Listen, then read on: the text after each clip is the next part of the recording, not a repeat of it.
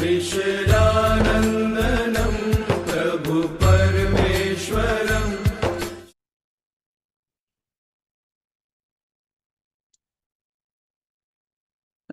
RJ के नाम से कोई है, उन्होंने हैंड रेज किया है क्वेश्चंस के लिए।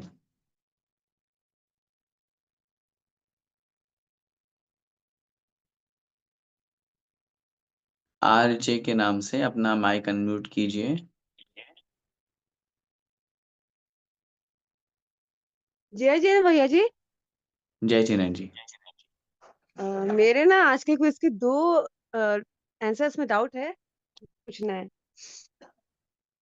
वो जो मरीचि पूछिए। का जो आंसर है, मैंने जो ढूंढा था उसमें 60 लाख मिला है मुझे, तो तो मैंने आप वही मुझे लिखा।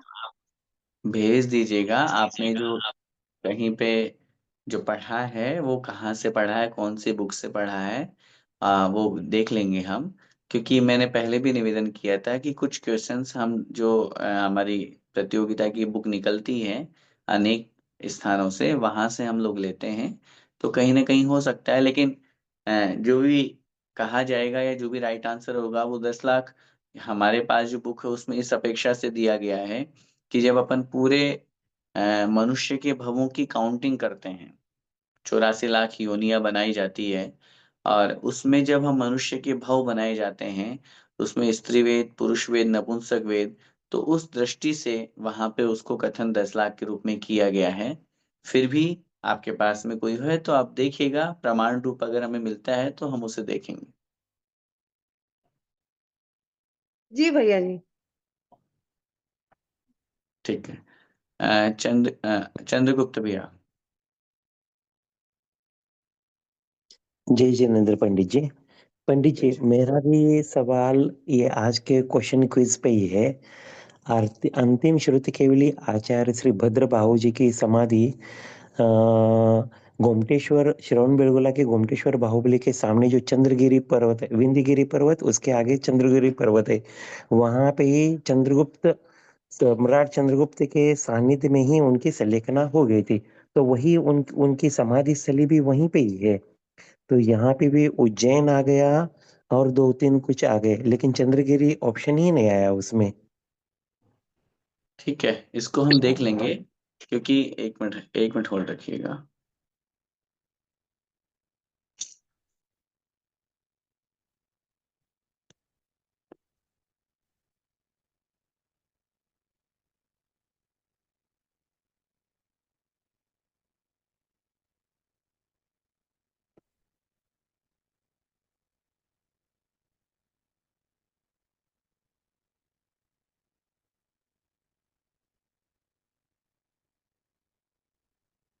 मैं देखता हूँ इसको। 6 नंबर का क्वेश्चन आपने कहा कौन सा स्थान जहां भद्रबाहु स्वामी की समाधि हुई है। वैसे ये तो मुझे स्मरण आ रहा है कि भद्रबाहु स्वामी महाराज का समय क्योंकि वहां पे चरण कमल बने हुए हैं और वहां उनकी तपस्थली भी है, लेकिन समाधि के लिए मैं भी थोड़ा सा, वैसे तो उज्जैन ही पढ़ा हुआ है मेरा भी, फिर भी आप कह रहे हैं डाउटफुल है तो उसको एक बार देख लेंगे। ठीक है पंडित जी। जी। जय जिनेन्द्र। अशोक भट्ट। हम्म। जय जिनेन्द्र भैया जी। जय जिनेन्द्र साहब। कैसे हैं? बढ़िया। आपने एक चीज बताई ना, अगर अपन किसी में संपन्न है, अगर भगवान की कृपा से अपन को कोई चीज मिली है, जैसे सीए है या डॉक्टर है, तो अपन को पुण्य का कार्य करना चाहिए। हमें मार्गदर्शन ये चाहिए कि जैसे अगर हमें कहीं से कोई चीज आती है कि हमें मंदिर बनवाना है, तो मेरे भाव है कि मैं उसका पैसा नहीं लेना चाहता हूँ। मैं अपनी जगह सही हूँ, मेरे को ही लग रहा कि मैं सही हूँ। जब सामने वाला का ये भाव होता है कि अगर हम मंदिर ले रहे हैं तो हम फ्री में क्यों लें, वो अपनी जगह सही है। तो ऐसी स्थिति में आप मुझे मार्गदर्शन करें कि क्या करना चाहिए। अगर मैं मना के मैं पैसा नहीं लेता है तो उसको, मतलब मैंने 2-3 केस ऐसे देखे हैं कि फिर उनके वो पीछे हट गए। नहीं, देखिए आपका प्रश्न बहुत अच्छा है अशोक भैया, और भाव भी बहुत अच्छे हैं। सबसे पहली बात तो जो मैंने आज आपको बात कही, सब लोगों के सामने बात रखी, ये बहुत बहुत बहुत अंतरंग तक पहुंचने वाली बात है। हर व्यक्ति का एक योगदान धर्म में कैसे हो, मैं कैसे योगदान दे सकता हूँ, मेरा जो काम है, मैं बिजनेस कर रहा हूँ, मैं सर्विस कर रहा हूँ, मैं उसके माध्यम से धर्म में क्या योगदान दे सकता हूँ, ये हमारा एक सोचने और करने का, काम करने का एक चिंतन होना चाहिए। आपने कहा चूँकि आपका मार्बल का बहुत अच्छा काम है और आप मंदिर 1-2 बार, 3 बार किसी के सामने आपने रखी और लेने आए, आपने पैसा नहीं लिया, तो उन लोगों ने मना कर दिया या वो पीछे हट गए। आपका कर्तव्य है आप पैसा नहीं लें। आपके अंदर ये भाव है, अरे! भगवान का मंदिर, मुझे तो सौभाग्य मिल रहा है कि मैं मंदिर नहीं बनवा सकता पूरा, लेकिन मेरी बनाई वेदी पे भगवान विराजमान होंगे। मेरा सौभाग्य है, पुण्य मान कर के कार्य करना चाहिए। कभी जी ऐसा भगवान मुझे पुण्य देना कि मैं पूरा मंदिर अपने मार्बल से बनवाऊँ, उस मंदिर में मैं अपना मार्बल रखवाऊँ। ये पुण्य का कार्य है। लेकिन अगर कोई एक्सेप्ट नहीं कर रहा है, ये उसकी भी महानता है। अपन को ये नहीं समझना चाहिए कि अपन सिर्फ़ अपना ही पुण्य कमाना चाहते हैं, उनका भी भाव है कि नहीं भैया देखो मेरा अकेले का नहीं है और समाज का काम है, हमें तो लेना है। या किसी व्यक्तिगत का भी कोई हो, उसके मन में आए कि नहीं भई देखो मुझे भी पुण्य कमाना है, आपसे मैं मंदिर फ्री में ले लूँगा, तो मुझे क्या पुण्य लगेगा? तो वो भी पुण्य कमाना चाहता है, आप भी कमाना चाहते हैं, दोनों कमाइए, कहीं कोई दिक्कत नहीं है। 2 बातें कहूँगा, सबसे पहली बात तो पहली सिचुएशन में अगर अपने सामने ऐसी मजबूरी आन पड़ी है, तो नो प्रॉफिट, नो लॉस वाली रेट आप उसको बता दीजिए, कि भैया ठीक है, फिर चलो ऐसी बात है, तो फिर अब आप मान ही नहीं रहे हो, तो फिर मैं क्या करूँ? मेरा तो यही भाव है कि मैं कुछ नहीं लेना चाहता। लेकिन अगर आप नहीं मान रहे हो, तो फिर इतने का मेरा सामान लगा है, इतने की मेरी मज़दूरी है, अपना मैं इसमें कोई प्रॉफ़िट नहीं ले रहा, आप इतना दे दीजिए। पहली बात। दूसरी बात, अगर वो मान जाते हैं पहली वाली बात पे कि दे रहे हैं कुछ या इस बात पे भी मान जाते हैं और फिर भी आपका मन नहीं है लेने का, तो जितनी राशि आई है, उसको दान कर दीजिए। ओके, जय जय। सही है तो भैया। वो दोनों काम हो गया, उसने अपना भी पुण्य कमा लिया, हमने अपना भी पुण्य कमा लिया, ताकि विकल्प रहित होकर के कि नहीं भैया देखो मैं मंदिर बनवाने का या मंदिर विराजमान करने का मेरे को पैसा नहीं लेना है, दूसरी चीज़ों में मुझे मिल रहा है, अपने घर गृहस्थी चल रही है, सब कुछ काम अच्छा चल रहा है। तो अब पहला कर्तव्य है मनाना उनको, भैया मेरे को नहीं लेना। फिर भी नहीं माने, तो भैया नो प्रॉफिट नो लॉस वाले पैसे दे जाओ। फिर भी नहीं माने तो फिर भैया तुम दे दो जो तुम्हें देना है, मैं तो उसको दान में लगाऊँगा। ये भाव अपना होना चाहिए। ओके, धन्यवाद भैया जी। जय जिनेन्द्र। जय जिनेंद्र। संदीप जी जैन। जय किरण भैया जी। हाँ जी, आरजे के हाँ नाम मुझे से। हाँ मुझे एक और डाउट था। आचार्य धर्षण जी को लेकर जो क्वेश्चन था ना, उनके इसमें हुँ, हुँ। मैंने पढ़ा कि वो अष्टांग की ज्ञाता और कर्म कर्म ग्रंथों के और सिद्धांत ग्रंथों के ज्ञाता थे। तो महाकर्म नहीं, देखिए अब वो वही कह रहा हूँ आप किसी कहाँ से पढ़ रहे हैं ये देखना पड़ेगा। अष्टांग के तो ज्ञाता नहीं थे, 8 अंग तो बहुत हो जाते हैं, क्योंकि ये तो स्पष्ट है कि अंतिम 1 अंग के ज्ञाता वो रह गए थे। महाकर्म प्रकृति नाम से जो अंग था, उसके वो ज्ञाता थे। फिर भी मैं चूँकि आपको मना नहीं कर रहा हूँ, आप जहाँ से आप पढ़ रहे हैं, एक बार मुझे व्यक्तिगत व्हाट्सएप कर दीजिएगा और कहाँ से वो बुक पब्लिश हुई है, तो एक बार हम उसको देख कर के और फिर समझ लेंगे। बाकी जहाँ तक हमारी नॉलेज है या जहाँ से हमने क्वेश्चन्स लिए हैं, उसमें यही स्वीकार किया गया है। ठीक है भैया जी, जय जिनेन्द्र। जय जिनेंद्र। संदीप जी जैन। जय जिनेन्द्र पंडित जी।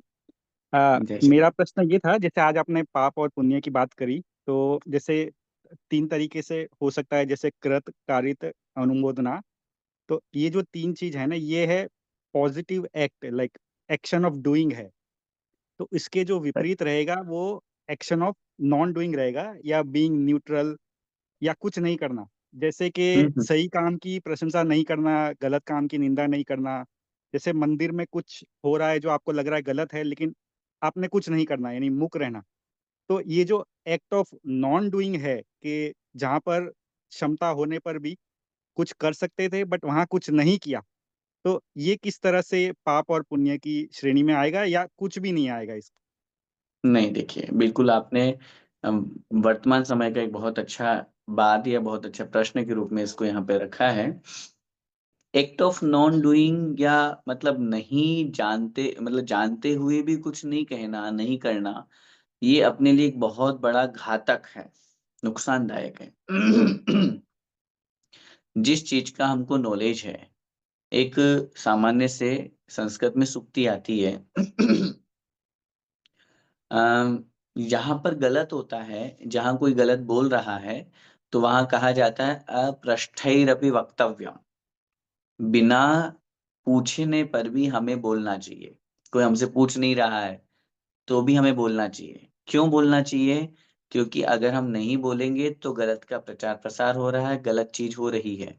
जस्ट एग्जांपल समझिए, कोई व्यक्ति कोई बात कह रहा है और वो गलत बोल रहा है। हाँ, ये एक बड़ी शालीनता, विनयता हमारे अंदर होनी चाहिए कि हमें कब बोलना है, कैसे बोलना है, किस प्रकार विनम्रता के साथ में बोलना है, क्या प्रोग्राम चल रहा है, हमें बीच में बोलना है कि हमें उसके लेक्चर के बाद में बोलना है, या सबके सामने बोलना है कि अकेले बोलना चाहिए। ये सब सिचुएशन के ऊपर डिपेंड है। लेकिन अगर कहीं गलत है, तो बिल्कुल हमें 100% बोलना चाहिए। अगर हम नहीं बोलेंगे, तो कहीं न कहीं हम फ़ॉल्ट में हैं। क्यों फ़ॉल्ट में हैं?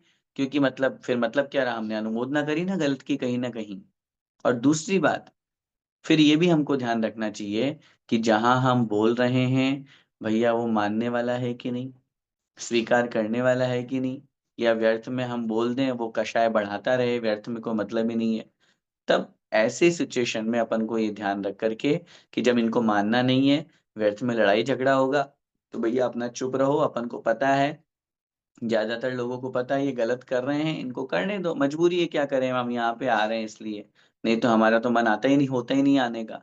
तो कभी-कभी ऐसे सिचुएशन भी हमारे सामने आ जाती है, लेकिन फिर भी हमारा यह कर्तव्य होना चाहिए कि बड़े विनयपूर्वक, शांतिपूर्वक हम उनको निवेदन करें, समझाएँ, तो समझ जाएँ, नहीं तो बहुत बार ऐसा या ऐसी सिचुएशन आती है।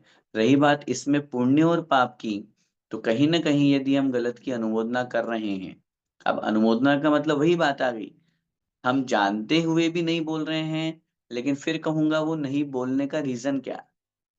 हम व्यर्थ के विवाद से बचना चाहते हैं, जब पता है यार ये तो लड़ाई झगड़ा करने वाला आदमी है, समझता तो है नहीं कुछ। तो हम क्यों नहीं बोल रहे हैं? इसलिए कि भैया फालतू में और विवाद होगा और झगड़ा होगा, कोई मतलब है नहीं। तो वो हमें फिर पाप बंद की तरफ नहीं लेकर के जाएगा। वो तो हमें और झगड़ा होने से बचा रहा है कि भाई ठीक है, हटाओ ना, जिसकी जो जाने। लेकिन सब जगह ही ऐसा रूल लागू हो, वो ज़रूरी नहीं है। कुल मिलाकर के आपके प्रश्न के उत्तर में यही कहूँगा, ये सब सिचुएशन के अकॉर्डिंग ही इसको हम समझ सकते हैं। हमारे उस समय परिणाम, भाव कैसे हैं, तद्रूप हमको पुण्य या पाप का आश्रय होगा। या जैसे इसी में कंटिन्यूएशन, ये तो नेगेटिव के लिया, जैसे कोई पॉजिटिव काम कर रहा है उसको भी अनुमोदना नहीं करना या उसको सपोर्ट नहीं करना, वो भी क्या इसी मीनिंग से आएगा, मतलब कि हाँ, कर राइट। सकते हैं लेकिन? हाँ, बिल्कुल 100% कोई अच्छा काम कर रहा है और उसमें अगर सहयोग कर रहे हैं, कृत कार्यत अनुमोदना वाला, अगर हम उसकी प्रशंसा भी नहीं कर रहे हैं और कहीं न कहीं वही बात आ गई ना, एक तो न्यूट्रल, पूर्ण रूप से न्यूट्रल। तो भाई न्यूट्रल तो अब गृहस्थ में रहते हुए तो कोई रह नहीं सकता है ना न्यूट्रल, तो वो तो फिर वैरागी हो गया, तो फिर मुनि बन जाए। कहीं न कहीं से राग और द्वेष तो आएगा। अब कोई बहुत अच्छा काम कर रहा है और सब ताली बजा रहे हैं, वो नहीं बजा रहा, क्यों? उसको ईर्ष्या हो रही है। तो अब उसकी ताली नहीं बजाने का या अनुमोदना नहीं करने के पीछे रीज़न हो गया ईर्ष्या, द्वेष भाव हो गया, तो पाप का ही बंद होगा। और अगर कोई सब ताली बजा रहे हैं, वो भी बजा रहा है, तो पुण्य का बंद होगा, अच्छा काम कर रहा है तो। तो मेन पॉइंट अपन को वहाँ पे भाव ही समझना चाहिए। तो इसमें कर्म बंध यानी किस तरह से रहेगा अगर रहता है, तो जब एक्ट ऑफ नॉन डूइंग में नहीं, नॉन अगर डूइंग उसके में कर्म या से जुड़ा है? हाँ, कर्म बंध तो भावों पे रहेगा सर। भावों का मतलब सिर्फ़ यही है, उस समय उसके परिणाम कैसे हैं, वो किस वजह से नहीं बोल रहा है या किस वजह से बोल रहा है। वजह देखी जाएगी, भाव देखे जाएँगे। हम भावों का एक सिचुएशन या भावों को तो पर्टिकुलर बता नहीं सकते। अच्छे भाव हैं, अच्छे भावों की वजह से वो नहीं बोल रहा है तो पुण्य का बंध होगा, और यदि उसको लगता है कि नहीं मैं बोलूंगा तो व्यर्थ में पाप बढ़ेगा और फिर भी बोल रहा है तो फिर पाप का बंध होगा। जय जिनेन्द्र जी। जय जिनेन्द्र। जय और कहिए जय भैया मतलब, जी। हाँ विकास भैया। अच्छा भैया जी, वैसे तो संदीप जी कनाडा से ज्वाइन कर रहे हैं इतना ऑड टाइम में, तो बहुत बहुत अनुमोदना। बट उनका प्रश्न से मेरे को एक और चीज कनेक्टेड क्वेश्चन है कि भैया जी, ऐसा हमको दिख रहा है कि सामने में कोई चीज दिखाने के लिए धर्म कर रहा है, दिखाने के लिए बहुत एक्टिविटी कर रहा है, बट उनका जो ऑब्जेक्टिव एकदम गलत है, और एकदम एकदम सबको मालूम भी है, बट कोई नहीं आ रहा है। और बीच में मतलब बहुत कम लोग मतलब धर्म का एक्टिविटी का अगेंस्ट नहीं जाने के कारण, एक्टिविटी धर्म का है बट ऑब्जेक्टिव उनका इंटीरियर मोटिव बहुत गलत है। तो उस समय में हम लोग को क्या करना चाहिए? देखिए मैं यही कहूंगा, पहली बात तो किस व्यक्ति का क्या भाव है ये हम कैसे पहचाने। मैं मानता हूँ हो जाता है बहुत बार, या सामने पता चल रहा है कि वो अपोजिट है या धर्म सिर्फ दिखाने के लिए कर रहा है। मैं थोड़ा सा एक अलग हटके आंसर देना चाहता हूँ कि वो धर्म कर तो रहा है ना, वो दिखाने के लिए कर रहा है, हाँ हाँ, लेकिन अगर वो हमारे लिए हार्मफुल है, समाज के लिए नुकसानदायक है, व्यक्तिगत हो तो हो, अगर वो समाज के लिए नुकसानदायक है, देश के लिए नुकसानदायक है, तो फिर हम कहीं धर्म, ना कहीं। भैया जी, धर्म सिद्धांत के अगेंस्ट है। मतलब आप समझिए कि जैसे करना सामने से पुजारी का रोल, और पीठ से पीछे से जाके उल्टा कुछ करना, तब उस समय में क्या करना? मतलब ऑब्जेक्टिव उस आप दिखाते हो वो, सामने में तो आप दिखा रहे हो कि पूरा का पूरा हम, हाँ हम धर्म के अनुयायी हैं, हम ये हैं, हम वो हैं, और पीछे मोटिव एकदम गलत, मतलब जैसे हटते हैं, और उन्हीं के मुंह से, उन्हीं के मुखारबिन से कुछ और सुनने में आता है और प्रूफ मिलता आता है। है, लेकिन मैं ये निवेदन करूंगा, हम्म। उस कर्म का फल उनको स्वयं मिलेगा। हम किस किस व्यक्ति को सुधारने की कोशिश करेंगे, ऐसे तो दुनिया में उसके बहुत सारे लोग हैं। नहीं भैया, उसके ऐसे कारण अगर पूरा आपका जो धर्म सिद्धांत, जो श्रमण संस्कृति का सिद्धांत अगर हिल जाए तो। नहीं, ऐसी स्थिति है तो निश्चित रूप से समझाना पड़ेगा। अगर ऐसी ही स्थिति आ गई है, जब आपने इतनी बड़ी बात बोली है कि श्रमण संस्कृति का सिद्धांत ही नष्ट हो रहा है, कोई अच्छे पद पर बैठ करके या जैसा आपने कहा मंदिर में पूजा पाठ करते हुए गलत परिणाम रख रहा है, कोई मुनि पद पर बैठ करके गलत भाव रख रहा है, या कोई भी व्यक्ति गृहस्थ भी है, अगर ऐसी बात है तो 100% हमें उसका विरोध करना चाहिए। लेकिन विरोध का मैं फिर कहूंगा अपना एक तरीका होता है। सामूहिक विरोध बात की बात है, व्यक्तिगत पहले हम उसको समझाएं। हमारे यहाँ पर एक बहुत महत्वपूर्ण बात कह रहा हूँ, हमारे यहाँ पे सम्यक दर्शन के 8 अंगों में एक स्थितीकरण अंग भी आता है, 6 नंबर का। उसमें यही लिखा है, आचार्यों ने स्पष्ट रूप से लिखा, दर्शनात् चरणात् वापि चलताम धर्म वत्सले प्रत्यवस्थापनम प्राज्ञ स्थितीकरण मुच्यते। आचार्य भगवान समंत भद्र स्वामी महाराज ने रत्नगंडक शाहुकाचार में लिखा, स्पष्ट उन्होंने कथन किया, अगर कोई सम्यक दर्शन से अथवा सम्यक चारित्र से डिग गया है, विचलित हो गया है, तो विद्वानों के द्वारा, ज्ञाताओं के द्वारा उसको अथवा अपने स्वयं को, स्वयं भी डिग गए तो हमको अपने आप को भी वापस स्थिर करना चाहिए। उसका नाम है स्थितिकरण अंग, और हमारा कर्तव्य बनता है उसको वापस सही करने के लिए हमें उसे अकेले में बात करें, 5 लोग मिलकर के उससे बात करें, निवेदन करें कि देखो आप धर्म भी करते हो, आप रोज अभिषेक करते हो, और यहाँ आकर के आप शराब पीते हो, अच्छा नहीं लगता। या तो आप अभिषेक करो या फिर शराब पियो, दोनों एक साथ करोगे तो लोग आपको देख के क्या सीखेंगे। ये एक व्यक्तिगत या इस तरह की कोई बात है, हम उससे पहले अकेले में समझाएं। फिर भी नहीं समझ में आ रहा है तो आचार्य चारित्र चक्रवर्ती शांति सागर जी महाराज के शब्द बोल रहा हूं, जो उनकी जीवनी की पुस्तक में लिखा हुआ है। तब उन्होंने कहा, ऐसे व्यक्ति से उपेक्षा करो। उपेक्षा का मतलब है अवॉइड करना, न दोस्ती रखना, न दुश्मनी रखना, न उसकी बुराई करना, न उसकी प्रशंसा करना, भैया तुम्हारी तुम जान, उदासीन प्रवृत्ति। लेकिन हाँ, फिर भी अगर वो कोई समाज में कोई गलत काम कर रहा है जिससे समाज और धर्म का अत्यधिक नुकसान हो रहा है, तब तो फिर उसे अच्छी तरह से समझाना चाहिए। ये भी हमारा कर्तव्य है। अब अच्छी तरह समझाने के बहुत तरह के उपाय हैं। साम, दाम, दंड, भेद, चारों तरह का हम्म प्रयोग करके हम उसका कार्य करेंगे या उसको समझाएंगे, तो आई थिंक समझ जाएगा। और फिर भी नहीं समझे तो मैंने आपको कह दिया, साम, दाम, दंड, भेद। बहुत बहुत धन्यवाद पंडित जी, बहुत बहुत धन्यवाद। हाँ, संदीप भैया कुछ कहना चाह रहे अच्छा, हो? मेरा इसमें कंटिन्यूअस क्वेश्चन था। जैसे जैसे हम सुबह जब अभिषेक करने जा रहे हैं तो हम शुद्धता रखते हैं ताकि अपने खुद के लिए, लेकिन कभी ऐसा देखते हैं कि सामने वाले, हमने देख लिया है कि सामने वाले ने शुद्धता नहीं रखी है, बट फिर भी वो हमारे करीब अभिषेक कर रहा है और हमें पता है, तो उस, और शायद हो सकता है कि छू छू भी जाए, तो उस सिचुएशन में मतलब कैसे उसको हैंडल करे ताकि उसे भी बुरा ना लगे, और कब उसे बताए, बिकॉज ऑलरेडी अशुद्धता तो हो चुकी है बट कार्य भी करना है, तो कैसे उस चीज हाँ, को हाँ। हैंडल किया जाए? उस सिचुएशन को हैंडल करने के लिए जब आप अभिषेक करने जाएं, आप अपने हाथ में जल लें, उन सज्जन को बोलें, भैया आप भी जल ले लो, अपन शुद्धि कर लेते हैं। आप भी शुद्धि कर लीजिए, वो भी कर लेंगे। आप डबल कर लीजिए, आप पहले से शुद्ध हो, मंत्र के द्वारा उसकी भी शुद्धि हो जाएगी। और फिर उसके बाद में उसको अकेले में बाद में कह दीजिएगा, देखो आप टच हो गए थे ना, ठीक नहीं लगता। वो तो अब समाज के सामने अन्य लोग होते तो फालतू में वो सब होता, इसलिए हमने आपको उस समय कुछ नहीं कहा।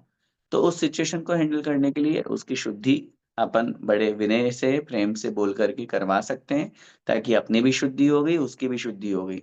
उसको भी विकल्प नहीं, अपन को भी विकल्प नहीं।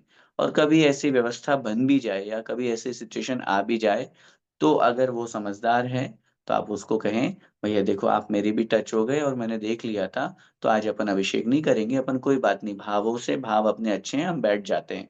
क्योंकि आचार्य श्री भी कहते थे, शास्त्र भी कहते हैं, मन शुद्धि, वचन शुद्धि और काय शुद्धि तीनों जरूरी है। सिर्फ भगवान के ऊपर आप कपड़े पहन के आ गए, अशुद्ध हो गए और आपने कलश ढोल दिया और आप बोलो मैंने तो अभिषेक कर लिया, ये नहीं होना चाहिए। अगर हमें पता चल गया कि मैं किसी से स्पर्श हो गया हूँ जो अशुद्ध वस्तु थी, तो आप तुरंत चुपचाप अपने स्थान पर बैठ जाएं। भगवान को नहीं छुएं। तीन लोक के नाथ को छूने के लिए अपने परिणामों की विशुद्धि के साथ साथ काया की विशुद्धि, शरीर की विशुद्धि, वस्त्र की विशुद्धि जरूरी है।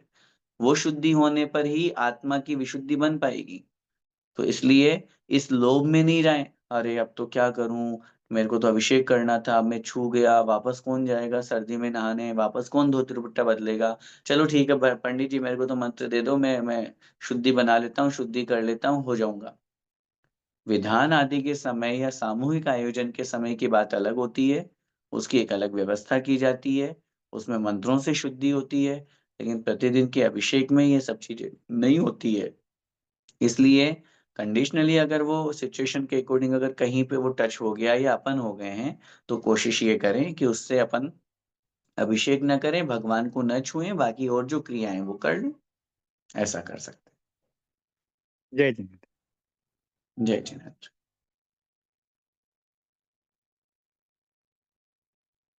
हाँ भैया जी, ठीक। आइए जिनवाणी स्तुति करते हैं। जावाणी के ज्ञान ते सूझे लोकालोक, सोवाणी मस्तक नमु सदा देत हूँ ढोक।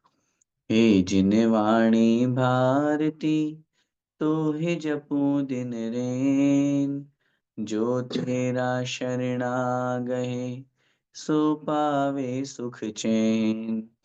देव भजूं अरिहंत को, गुरु सेवा निर्ग्रंथ, दया धर्म पालूं सदा, यही मोक्ष का पंथ। नौ बार नमो।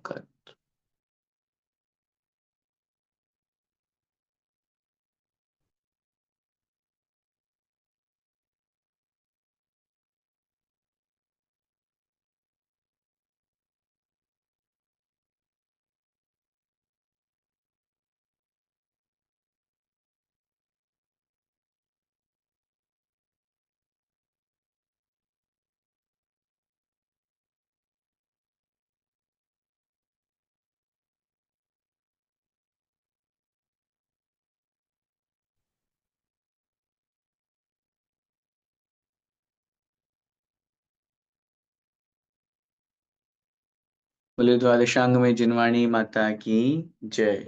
संत शिरोमणि आचार्य भगवंत 108 श्री विद्यासागर जी महामुनिराज की जय। जय अभिनवाचार्य श्री समय सागर जी महाराज की जय। जय पूज्य जय गुरुदेव मुनि जय पुंगव श्री सुधा सागर जी महाराज की जय। जय अढ़ाई जय द्वीपस्थ समस्त महामुनिराजों की जय। जय सभी को जय जिनेन्द्र। जय जय जय जय जय जिनेंद्र। जय जय।